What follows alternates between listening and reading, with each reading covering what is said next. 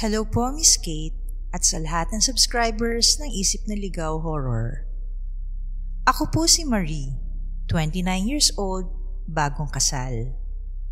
Ang kwento ko ay nangyari ilang buwan matapos ang kasal namin ng asawa kong si Joel. Doon muna kami nakitira sa bahay ng biyenan kong si Nanay Tess sa Bulacan. Maluwag ang bahay pero luma na ang kahoy ng sahig. Makapal ang bintana at sa bakuran may tanaw na isang malaking puno ng akasya sa may kanto. Sabi ni Nanay Tess, matagal na raw nakatayo yun, bago pa man siya lumipat doon. Kasama rin namin si Yaya Meldy, matagal nang alalay ni Nanay Tess. Matanda na rin siya, payat, pero maliksi pa rin gumalaw. Sa totoo lang, para na rin siyang kapamilya. Noong una, masaya at magaan naman ang lahat.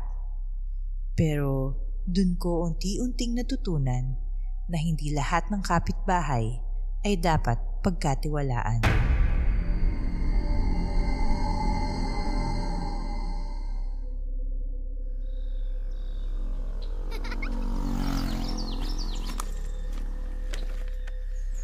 Oh, Marie, Joel, dito na kayo sa kwarto sa itaas. Kayo na ang bahalang maglinis. Medyo maalikabok lang kasi matagal nang walang nakatira dyan. Pero maluwag naman, saka mas tahimik. Salamat po, Nay. Ayos na po ito. At least makakatipid muna kami ni Marie habang nag-iipon pa. Oo nga, Nay. Malaking tulong po sa amin ito.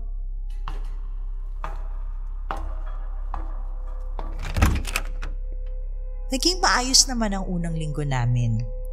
Ako ang nag-aasikaso sa bahay pag hindi ako pumapasok sa opisina. Si Joel naman, dahil BPO siya, gabi ang shift niya, kaya madalas umuwi ng madaling araw. Si Nanay Tess, laging may hawak na rosaryo. At si Yaya Meldy, siya yung madaldal pero masayahin. Palaging may kwento tungkol sa probinsya. Isang hapon, may kumatok sa gate. Ay, si Aling Brenda pala. Pasok ka. Doon ko unang nakita si Brenda. Matandang babae at laging may bitbit na bandehado ng kakanin. Nakatira raw siya sa kanto kung saan nandun ang malaking akasya. Ang ngiti niya ay parang palakaibigan, pero may kung anong lamig sa mata niya na hindi ko mapaliwanag. Narinig kong bagong lipat kayo, Iha. Eto, nagdala ako ng kakanin. Masarap iyan. Pinatamis na bilo-bilo. Welcome sa barangay. Naku, salamat po, Aling Brenda. Ang bait niyo naman. Salamat, Brenda. Sana hindi ka na nag-abala pa. Mula nun, halos linggo-linggong dumadaan si Brenda.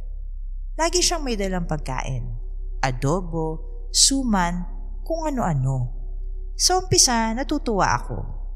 Pero napapansin kong tuwing dumarating siya, biglang lumalamig ang hangin sa kusina, kahit tirik na tirik ang araw.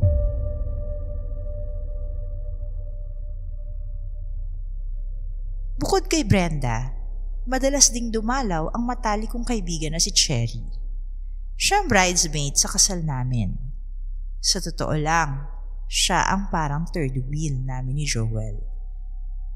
Lagi siyang nandyan, handang tumulong. Minsan nagdadala ng groceries, minsan naman may pasalubong na dala para kay Nanay Tess. Pero si Cherry at Joel ay magka-opisina rin. At dahil magkasama silang palagi sa trabaho, minsan naiisip ko, hindi kaya masyado silang close? Grabe, Joel. Naalala mo yung customer na ayaw magpa-hold? Halos 30 minutes ako nagsalita. Baka naman na-inlove sa boses mo, Cherry. Napangiti ako, pero may kurot sa dibdib. Bakit parang mas masaya siya kapag si Cherry ang kausap? Isang gabi, kinausap ko si Joel. Han, sa totoo lang, parang masyado na kayong close ni Cherry. Hindi ka ba nahihirapan na halos siya kasama mo buong araw, tapos dito sa bahay, nandito pa rin siya? Han, huwag ka mag-isip ng ganyan. Kaibigan lang si Cherry. Alam mo namang simula pa nung college, kabarkada ko na siya. At saka, ikaw ang pinakasalan ko, di ba? Hindi siya. Umiling ako. Pinilit ko ring humiti. Pero kahit anong sabihin niya, may tinik na hindi matanggal. At sa tuwing dumadalaw si Brenda, lalo lang lumalakas ang bulong sa isip ko. Hindi mo siya dapat pagkatiwalaan.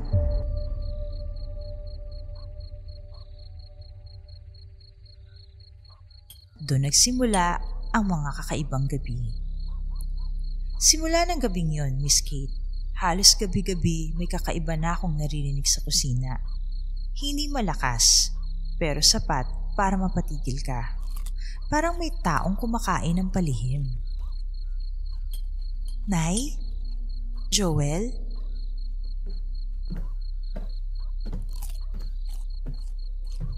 Bumaba ako.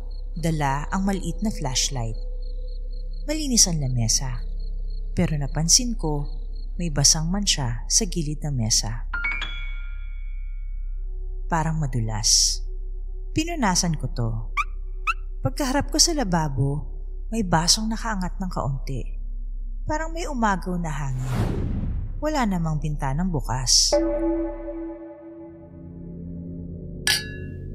Kung sino ka man, huwag ka na dito. Pagkatapos ko sabihin, marahang gumalaw ang upuang kahoy. Parang may umupo at biglang tumigil. Hindi ako sumigaw, pero tumayo ang balahibo ko. Ibinaba ko ang baso, dahan-dahang umakyat. Hindi ako sumigaw, pero tumayo ang balahibo ko. Ibinaba ko ang baso at dahang-dahang umakyat.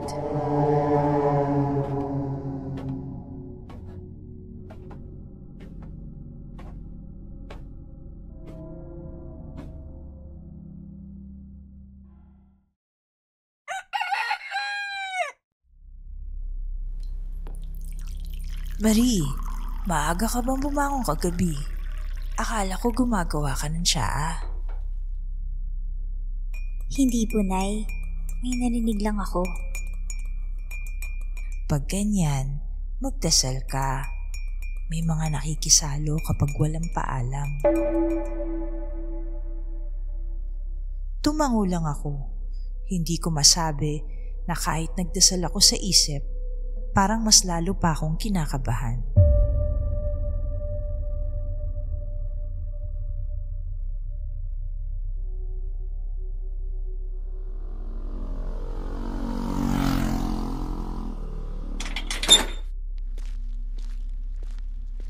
Marie, iha, may dinuguan ako, bagong luto. Daanan kasi nasuki yung kariton ko. Sumobrang gawa ko. Naku, salamat po, Aling Brenda. Grabe kayo, lagi kayong may dala. Bakit parang maputla ka? Hindi ka naman kinukulang sa tulog, no? Ingatan mo si Joel, ha? Ang mga lalaki, kapag sobrang pagod, mabilis maagaw. Napakagat ako sa loob ng pisngi. Madalas niya yung banat. Parang biro, pero may kirot. Brenda, salamat. Dito na lang namin kakainin mamaya. Huwag mo nang abalahin si Marie. Sige, Tess.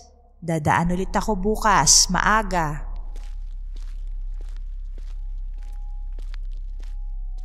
Pagkaalis niya, parang huminga muli ang bahay.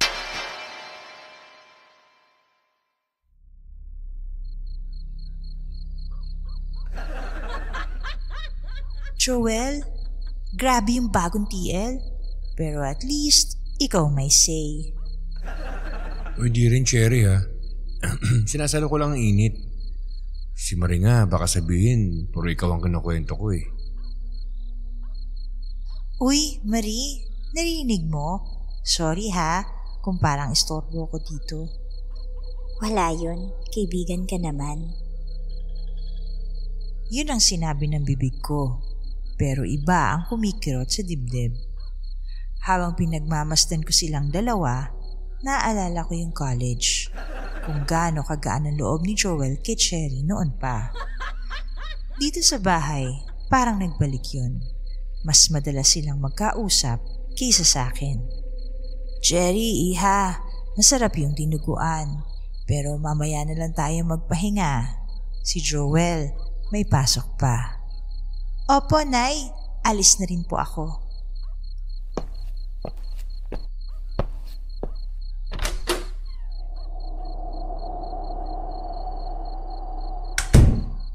Pagkaalis ni Cherry, parang unti-unting bumalik ang init ng sala.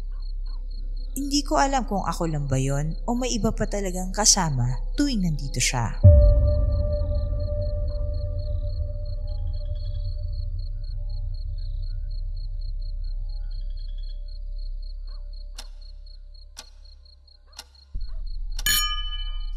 Joel, naririnig mo? Ano yun? Baso na naman? Han, baka pusa lang yan o kapitbahay. Matulog ka na kasi. Tumayo ako. Sumilip sa hagdan. Sa ibaba, nakita kong medyo bukas ang pinto ng kusina. At sa ibabaw ng lamesa, may basang bakas ng kamay, mahaba ang daliri, parang dumikit sa gilid at dumulas pababa. Napaatras ako. Sa salamin sa may aparador, parang may dumaang anino sa likod ko.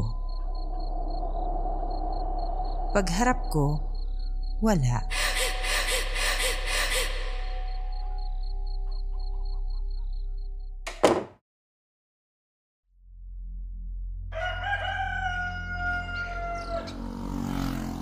Marie, iha, pwede ba tayo mag-usap sandali? Opo, Nay. Bakit po? Gabi-gabi kong napapansin, bumubulong ka sa sala. Parang may kinakausap ka. Pero pag sumilip ako, mag-isa ka lang. Baka nananaginip lang po ako ng gising. Nakaidlip siguro ako sa sofa. Hindi kita pinapagalitan. Nag-aalala lang ako. Baka pagod ka o baka may kumakapit na hindi dapat. Hindi ko maintindihan kasi sa loob-loob ko may boses talagang sumasagot minsan. Mahina, parang boses ng babaeng pamilyar. Minsan parang si Cherry, minsan parang may tono ni Brenda.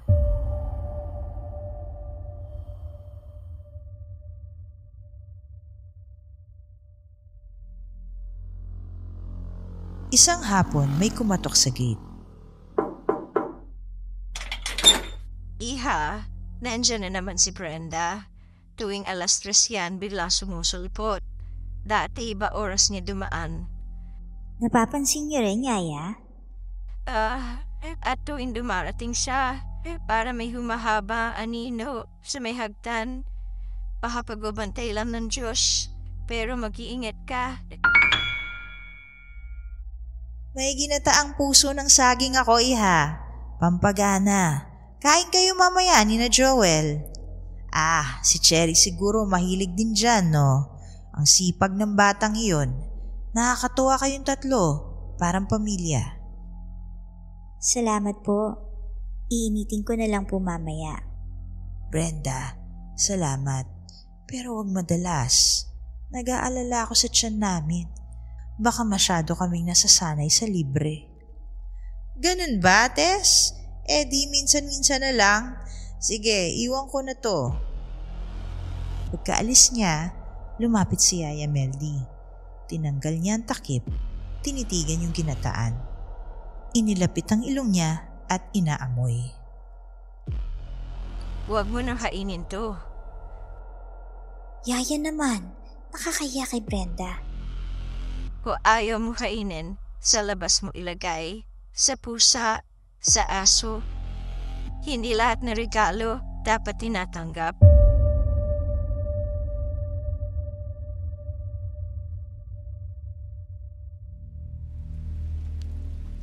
Isang gabing maulan. Han, totoo bang close na close kayo ni Cherry sa office? Han, oo naman. Parehas kaming kumakayod eh. Pero walang ibig sabihin yun. Bakit pag nandito siya, parang mas buhay ka? Parang mas masaya kang kausap siya? Kung may ganun ka nararamdaman, sorry. Pero sa totoo, wala talaga. Best friend mo siya, di ba? At ikaw ang asawa ko. Tumango ako. Gusto kong maniwala. Pero habang tumatagal, parang may tumutulak sa utak ko na hindi galing sa akin. Parang may bumubulong. Hindi ka sapat. May mas bagay sa kanya. Nang gabing yon, bago matulog, inilagay ko sa aparador yung Tupperware ni Brenda. Hindi ko tinapon, pero hindi ko rin kinain. Hating gabi, may parang narinig akong kumakaskas sa upuang kahoy.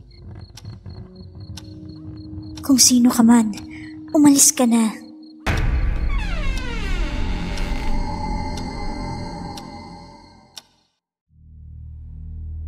Kinabukasan, dinala ni Cherry ang mga papeles ni Jewel. Habang inaayos namin sa mesa, napatingin ako sa salamin. At sa likod ko, parang may mukhang dumaan. Saglit lang, parang si Cherry, pero mas mahaba ang ngiti, hindi bagay sa muka. Nang kumurap ako, nawala. Uy, okay ka lang? Para kang lutang. Pagod lang. Sige, salamat sa tulong. Anytime, Mars. Pag-alis niya, nakita ko sa ilalim ng mesa ang maliit na buhol sa binti na upuan. Parang sinadyang tali. Kulay abo. May isang hibla ng buhok na nakasabit. Inabot ko para tanggalin. Pero pagkadampi ng daliri ko, uminit ang balat ko. Para bang humawak ako sa isang napakainit na bagay. Ano yan? Wala po, Nay. Alikabok lang. Sa ilalim ng hapag kayo laging tumitingin itong mga nakaraang araw. Bakit? Hindi na ako sumagot. Sa gabing yon, mas mahaba ang dasal ni Nanay. At sa pagitan ng ama namin, narinig kong may bulong na hindi siya, hindi rin ako. Parang boses na babae. Mas bagay kayo. Mas bagay kayo.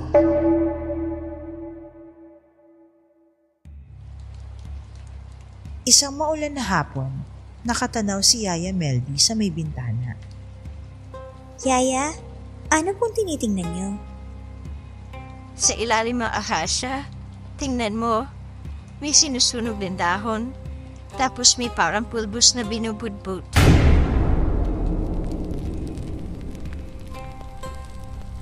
Hindi ko masyadong makita, pero kita ko ang hugis ng matandang babae. Nakatalikod, parang may kinakausap sa lupa. Marie, makinig ka. Iwasan mo mabigay niya. Pag dumating si Jewel, sasabihin ko sa kanya, hindi ako nananakot, pero may kakaiba. Opo, Yaya. Hindi ko alam kung saan ko ilalagay ang takot ko. Sa selos ko ba kay Cherry o sa lamig na dinadala ni Brenda? Gusto kong sabihin, imagination lang to. Pero gabi-gabi, paulit-ulit ang pare-parehong tunog sa kusina. At sa umaga, may pahid na mantika sa gilid ng hapag, kahit wala namang kumain.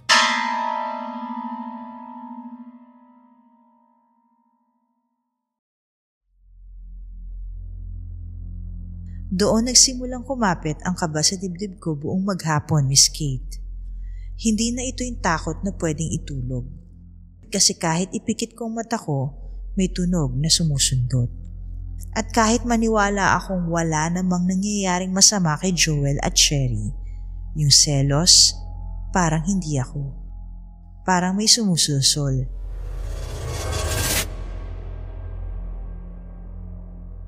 Miss Kate, habang lumilipas sa mga araw, mas lalo akong kinakabahan sa bahay na iyon. lalo na tuwing dumarating si Brenda. Laging may daladalang pagkain, laging may ngiti, pero tuwing aalis siya, parang may naiiwan sa hangin. Mabigat, malamig, at si Yaya Meldy, siya lang ang tila nakakapansin. Marie, nakita mo ba yung ilalim ng akasya katipi? May abo. Hindi ordinaryong abo. May bulletin ng buhok. Buhok? Paano niyo naman nasabi?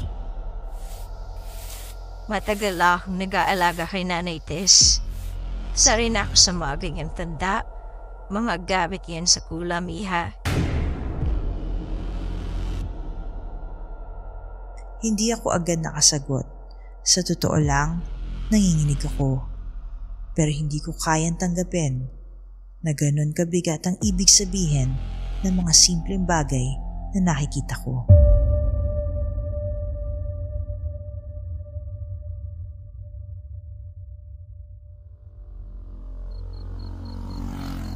Isang gabi pagbalik ni Joel galing trabaho.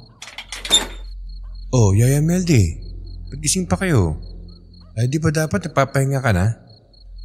Joel, anak, may babala ako. Yung kapitbahay niya sa kanto, si Brenda, hindi siya basta matanda. May ginagawa siyang hindi mo dapat binabaliwala. Maka ba, Yaya? Chismis lang yan. Mabait si Aling Brenda. Di ba lagi pa kami pasalubong sa atin? Hindi lahat na mabait sa harap, mabait din sa likod. Ikaw na ang bahala. Pero tandaan mo to, pag hindi ka kumilos, may mangyayaring hindi mo magugustuhan.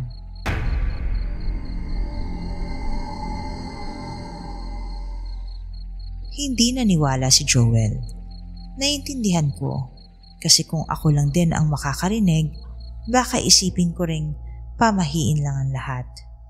Pero ilang araw pagkatapos nun, nagsimulang magbago ang kalagayan ni Yaya.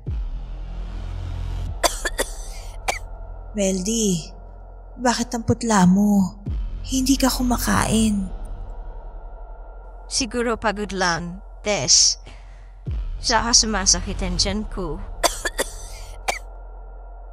Nag-alok ako ng tsaa, pero bago pa niya mahawakan ng tasa, sumuka si Yaya Meldy ng likido na tumama sa sahig. Yaya! Diyos ko! Joel! Nay! Kuha ka ng bimpo! Kuha ka ng tubig! Miss Kate, ang isinuka ni Yaya, hindi normal. Maitim, malapot, parang langis na galing sa lumang makina. Mabaho, nakakasulasok ang amoy. Napahawak ako sa bibig ko, halos ako na ang sumuka. Marie, pakinggan mo ako. Hindi kasalanan ni Joel o ni Sherry ang nararamdaman mo. May nagpapalabo sa isip mo. Si Brenda, siya may gawa nito. Huwag kang basta kakain sa mga bigay niya.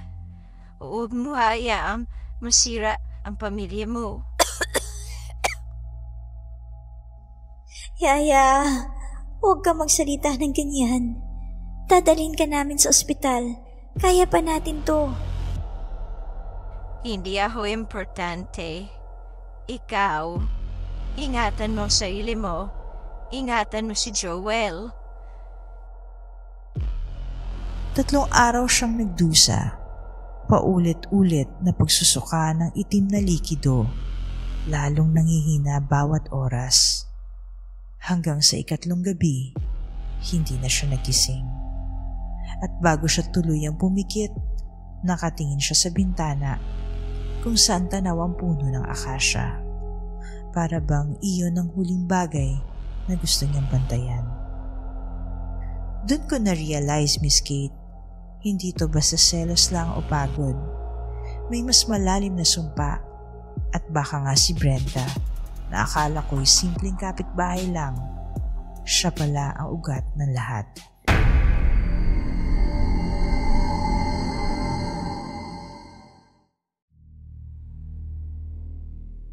Miss Kate, nung namatay si Yaya Meldy, nagmistulang binawi rin ang liwanag sa bahay. Hindi lang dahil nawala siya, kundi dahil sa takot na iniwan ng kanyang mga huling salita. Parang lahat ng bagay, ang mga anino sa dingding, ang tunog ng hangin, naging paalala na may nakatago sa paligid namin.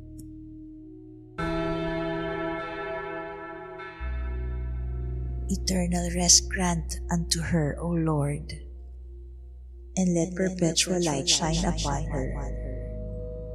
Sa lamay ni Yaya, halos lahat ng kapitbahay dumalaw. Pero napansin ko, wala si Brenda. Kahit malapit lang ang bahay niya, hindi siya nagpakita. At sa mga bulungan ng kapitbahay, may isa akong narinig. Hindi ba't nakita si Brenda noong isang gabi? May sinunog akong sa ilalim ng akasya? Ewan ko ba, pero kung ako sa inyo, hindi na ako kakain sa mga dala niya. Pinilit kong baliwalain. Pero habang nakatitig ako sa kabaong ni Yaya, para bang naririnig ko ulit ang kanyang boses na bumubulong. Si Brenda, siya ang may gawa.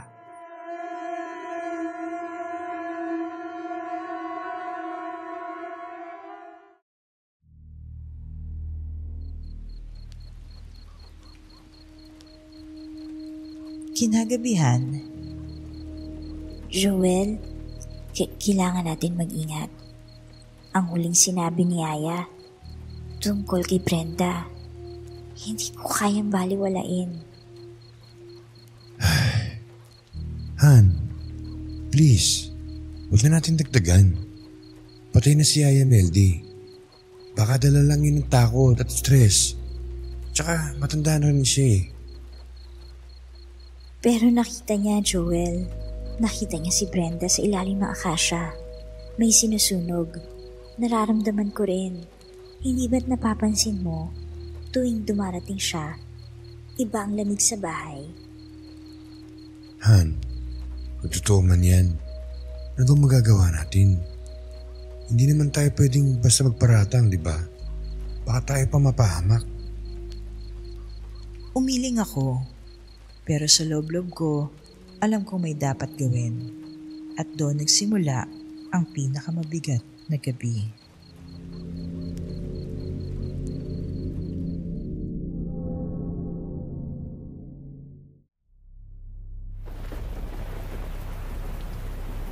Hating gabi. Gumising ako sa kalansing mula sa kusina. Pagtingin ko kay Joel, mahimbing ang tulog niya. Dahan-dahan akong bumaba.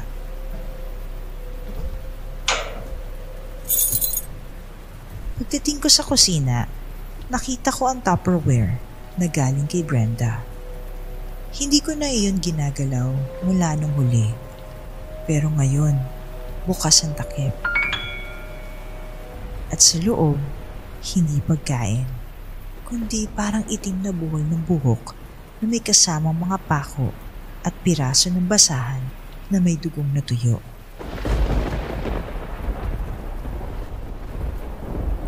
Diyos ko!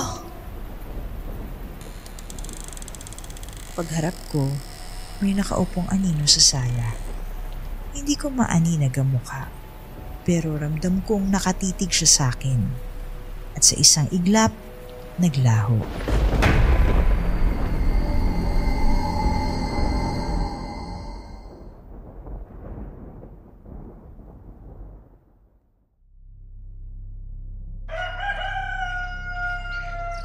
Joel, tapos ng lamay ni Meldy. Pero kailangan natin gumawa ng paraan. Hindi ako bulag. Hindi rin ako bingi. Nararamdaman ko rin ang kakaiba tuwing nandyan si Brenda. At ngayong wala na si Meldy, baka tayo naman ang isunod. Nay, Marie, sige. Kung gusto nyo, maghanap tayo ng makakatulong sa atin. Hindi na to normal. Doon na kami nagdesisyon. Kinabukasan, pinuntahan namin ang isang albularyo sa kabilang bayan.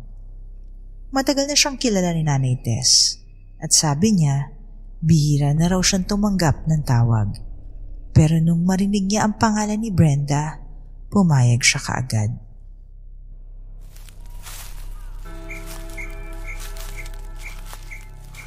May bigat ang bahay na yan. Hindi basta espiritu ang naroon. Ang sumpay itinali ng dugo at ng selos. Hindi si Brenda ang ugat, kundi meron pang mas malapit sa inyo na siya nagsimula, na siya may pakana ng lahat. Anong ibig niyo sabihin? Hindi si Brenda?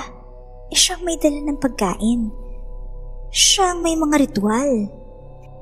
Maaaring si Brenda ang kamay, pero ang puso ng sumpa ay mas malapit sa iyo kaysa sa inaakala mo. Doon na nagsimula ang takot na mas malalim pa.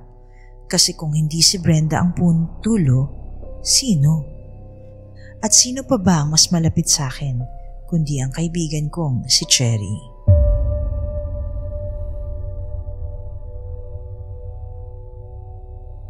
Miss Kate, pagkatapos ng lahat ng naranasan namin, ang pagkamatay ni Yaya Meldy, ang mga aninong dumadalaw sa gabi, at ang bigat ng selos na halos lamunin ako, akala ko si Brenda lang ang puno ng lahat. Pero nang dinala namin ang albularyo sa bahay, doon nagsimulang mabuo ang mas nakakatakot na katotohanan.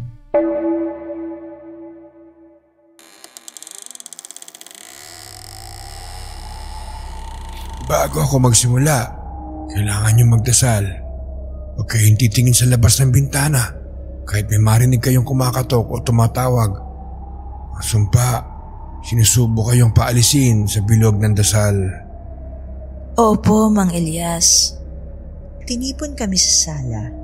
Ako, si Jewel, at si Nanay Tess. Inilagay ng albularyo ang mga dahon ng sambong at asin sa bawat sulok ng bahay. Habang binubuksan niya ang bote ng langis, naramdaman kong mas lumamig ang paligid. Parang biglang humina ang liwanag ng bumbilya.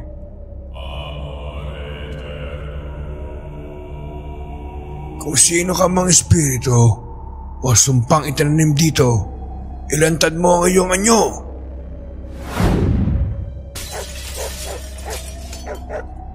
Sa gilid ng sala, nakita ko ang anino ng isang babae. Mahaba ang buhok, nakatayo sa tabi ng aparador. Akala ko si Brenda, pero nang lumapit ako, ibang mukha ang lumitaw. Si Cherry. Cherry? Ikaw ba yan? Bakit? Marie, hindi ko ginusto. Pero hindi ko rin matanggap lahat ng atensyon kay Joel. Lahat ng tingin sa'yo. Samantalang ako lang ang best friend. Ako ang lagi niyang kasama, ako ang dapat niyang piliin. Cherry, tumigil ka. Anong pinagagawa mo? Hindi ako nag-iisa. Ako ang dugo. Si Brenda ang kamay. At ngayon, Marie, akin ka na. Halos mabingi kami sa mga sigaw na hindi galing sa isa lang. Nakita kong pumapasok si Brenda mula sa pintuan. Nakangiti, nakasuot ng itim na saya. Dala ang bandihadong pagkain, pero ang laman ay puro buhol ng buhok, pako at basang tela ng dugo. Brenda, hindi mo may tatago. Ikaw ang nagtanim, pero hindi ko ang ugat. Bumalik ka sa lupa kung saan ka nabibilang. Malakas na sumabog ng apoy mula sa sahig at napaatras si Brenda.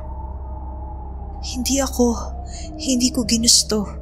Pero ako ang tinuruan ni Brenda. Ako ang ginamit. Paano mo nagawa sa amin to, Cherry? Tinuring ka na naming pamilya. Dahil ako ang naiwan. Ako ang hindi napansin. At kung hindi ko makukuha si Joel, sisirain ko kayong lahat. Sa ngalan na may kapal, putol ng tanikala ng inggit at sumpa.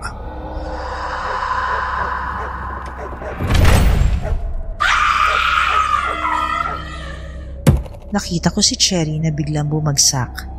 Nangingisay. Si Brenda, dahang-dahang naglaho ang anyo niya. Parang usok na hinihigop ng lupa sa ilalim ng akasya. Cherry, bakit mo ito nagawa? Bakit hindi ka lumapit sa amin? Patawad, hindi ko kinaya. Si Brenda, ginamit niya ako. Pero mahalaga pa rin kayo sa akin.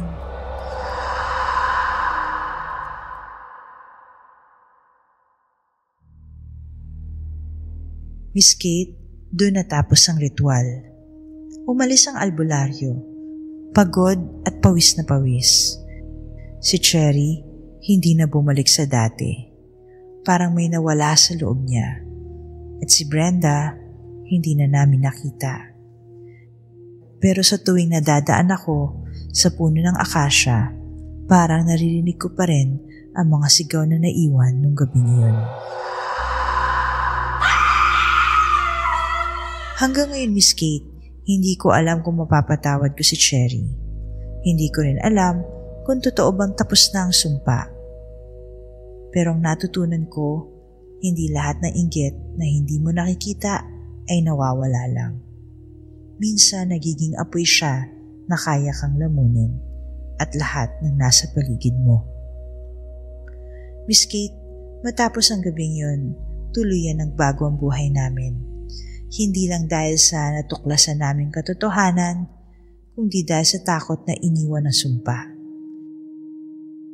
Hindi na bumalik si Brenda sa kanto ng akasya.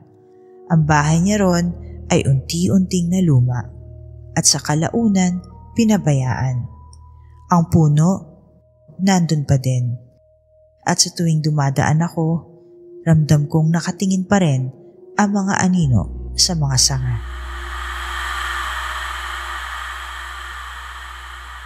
Si Cherry, dinala namin sa ibang probinsya para magpagaling. Hindi na siya naging katulad ng dati. Tahimik na siya, laging tulala at minsan bigla na lang iiyak. Para bang ang sumpang tinanggal ay nag-iwan ng bakas na hindi na mabubura. Han, huwag ka na mag-alala. Wala na si Brenda. Hindi na siya makakabalik. Pero kahit sinasabi ni Joel na wala na si Brenda, may bahagi ng puso ko na hindi naniniwala. Kasi tuwing gabi, bago matulog, ramdam ko pa rin ang lamig na naiwan sa kusina. Tuwing tatama ang liwanag ng buwan sa sala, naiisip ko ang mga gabing naroon si Brenda. Dala-dala ang pagkain na hindi pala pagkain, kundi sumpa. Marie, Joel, alalahanin niyo, hindi lahat ng malapit kaibigan at hindi lahat ng ngiti totoo. Yun ang paulit-ulit na bilin ni Nanay Tess. At hanggang ngayon, dala-dala ko pa rin iyon. Miss Kate, natutunan ko sa nangyari na ang pinakadelikadong kaaway ay hindi laging nasa malayo. Minsan, nasa tabi mo lang, nakangiti, nakikisalo. At ang pinakamasakit, minsan sila ang mga taong inaakala mong kaibigan mo. Miss Kate, maraming salamat sa pagbasa ng kwento ko at more power sa isip na ligaw.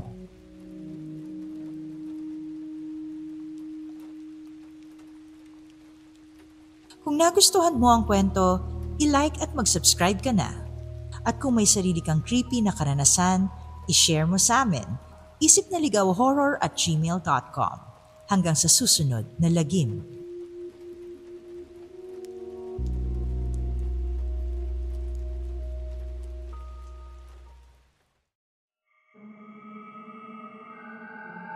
May nakakakilabot na kwento ka rin ba o karanasan na mahirap ipaliwanag? Ipadala sa amin sa isipnaligawhorror@gmail.com at baka ikaw na susunod na feature sa aming next episode.